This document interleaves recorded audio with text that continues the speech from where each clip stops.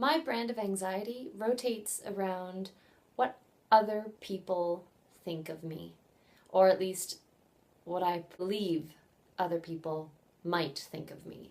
I want people to think I'm reliable, well behaved, smart, accomplished, and that's been a huge cause of a lot of the stress in my life ever since I was really, really small. But I'm sure we're all aware that caring about what other people think of you gets you nowhere. I've always known that, but I have always maintained this need to impress and please people. I need people to think I'm cool and worthwhile. We have a tendency sometimes to form a picture of our ideal partner, making a list of the qualities you'd find in an ideal man: handsome, responsible, romantic, blah blah blah. This is the man to fall in love with. But unless you're Frankenfurter in the Rocky Horror Picture Show, you're not making a man. You're not making a Frankenstein creature monster lover. What you can make is yourself. I don't need to be falling in love with anyone right now. Instead, I want to fall in love with myself. We've just begun the new year. It's 2018. Everybody's making New Year's resolutions and setting year goals for themselves, and you kind of can't escape this feeling of starting fresh and starting new things and bettering yourself. So as the last year was coming to a close, I started to do some writing exercises and brainstorming exercises. I wanted to write down not the ideal partner or the ideal man. I wanted to discover the ideal Jenny, my current ideal me. I want to find myself cool again, or for the first time ever, maybe. What do I need to allow myself to do in order to find myself as cool or as admirable as the people that I admire or think are cool? So I got a piece of blank paper and just went to work writing down any words that came into my head of things that I think are cool in a person. Things that they might do that I admire, their attitudes, things they wear, how they talk about themselves. And then I did another layer. I threw away the filter of reality and started to fantasize about what I wanted to be. All kinds of different versions of myself and different life paths that I can see myself doing. Possible or not, it didn't matter. I just wrote the words down. So I ended up with this big mash map of words and concepts and themes and activities and moods, things that to me would make one ultimate, amazing, awesome person. And I got something like this. And then, in the spirit of the new year, I dubbed 2018 the year of the cool. This is when I'd have my Roy Orbison sunglasses on, wherever they are.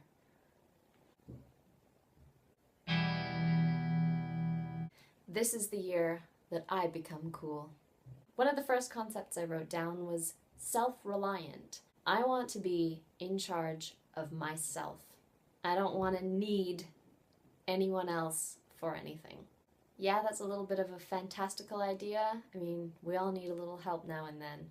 But I want to be able to pay for my own things, feed myself, make my own decisions, and be the only one held accountable for my decisions.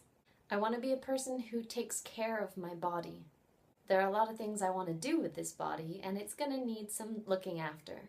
In true resolution fashion, I'm going to start eating better. I've already started doing some yoga, stretching, meditating, all that jam. But that's something I think is really cool. Honestly, looking after yourself, taking care of your body and your health is a really cool thing. So I'm going to start doing that.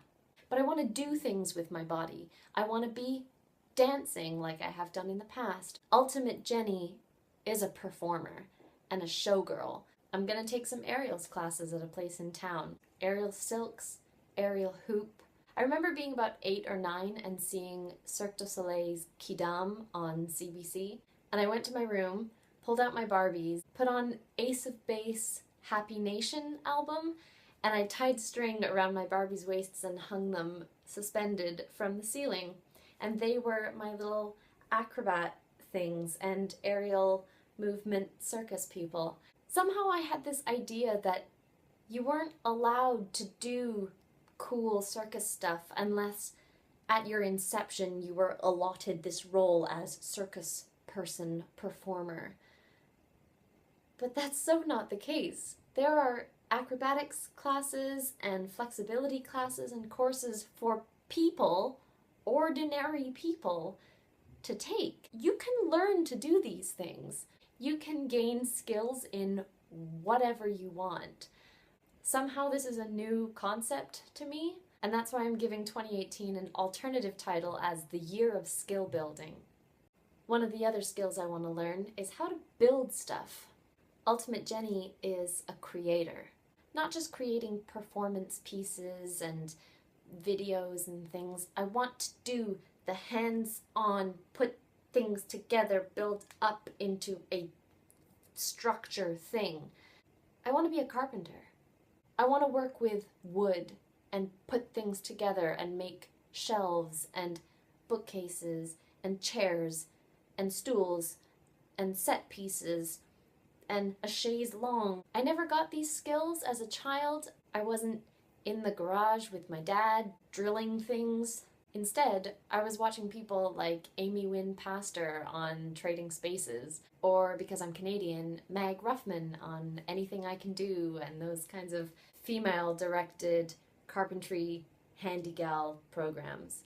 My dad couldn't stand Meg Ruffman, for the record, but I thought she was such a badass. I love that she would just set to work with a full face of makeup and her hair all glamorous and wonderful. I used to have this old handy-andy metal toolbox with a hammer and a saw with a blue handle and some kind of measurement square and some other things in there. And with that, I made a Barbie house, believe it or not. I remember grabbing some scraps of wood and wooden dowel from my dad's sort of workshop area, and I made a Barbie house out of wooden dowel, cardboard, split pins, and glue. I don't think I've ever been more proud of myself. I'd like to surprise people with how unexpectedly awesome I am. Over the past year and a bit, I've sort of started to form my own kind of witchcraft. I've always been pretty fascinated by witches and correspondences, plant magic and spells, and I always found the idea of a witch as being such a strong, powerful woman who exercises some kind of control over her life. Her world isn't spinning around her. She has control and she makes things happen. I might actually make a whole separate video on my attachment to magic and what I'm getting out of it. Let me know if you'd like to see something like that, because it's been something pretty major in my life for the past couple years. On that note, I would say I consider myself a green witch. I mean, hello. I love being surrounded by plants.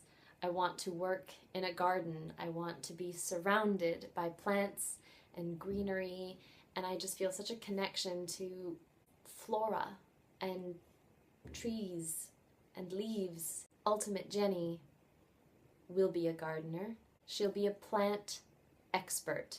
You can go to her and she will solve your issues with enthusiasm and delight and so much heart and sympathy for your little plant friends. On top of being a self-reliant, acrobatic, green witch carpenter showgirl, I aspire to be multilingual.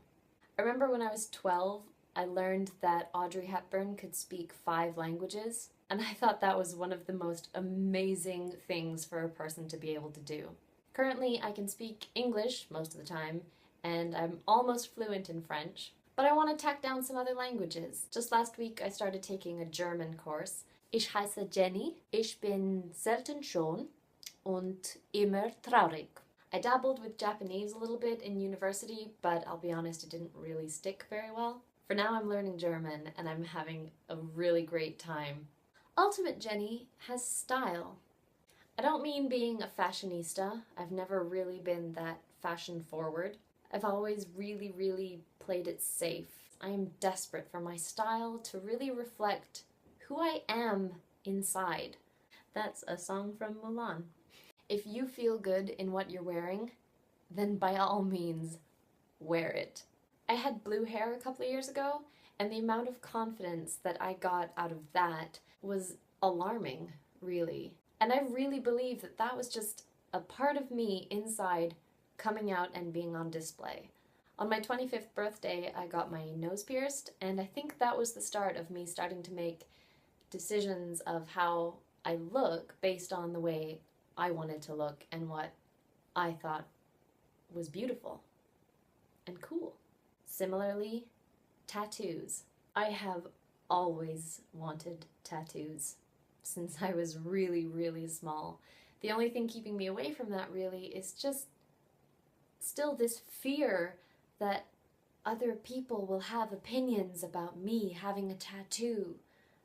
Who cares? The closest thing to a resolution this year is that I will get a tattoo this year, and I'll bring you along with me.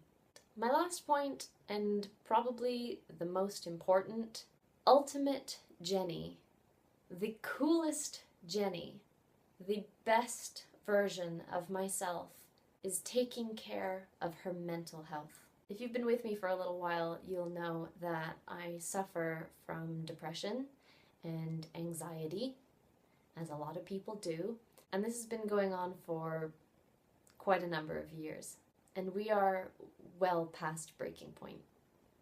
For 4 years, I have now been telling people I'll get help, I'll go to therapy, I'll find counseling, and I haven't done it. I know it takes time, I know I have to be ready, but I have no more excuses. By making this brainstorm map, I've realized that I have a lot of faith in myself. I need some help with my mental health, and getting that help is going to allow me to really be ultimate Jenny. The only thing that's going to be standing in the way of me achieving these goals and becoming the awesome person that I want to be is my stupid mental illness. And I can get help for that. So I'm gonna. So there you are. That's my plan. I'm pretty excited, to be honest. Self-improvement is always awesome, whatever time of the year it is. Let me know what kind of stuff you'd like to see from me in the future, because I feel really good when I do this, so I'm gonna keep doing it. Give me a thumbs up if you made it to the end, and if you enjoyed it, as always, take amazing care of yourselves. Stay groovy, and I will see you in the next one.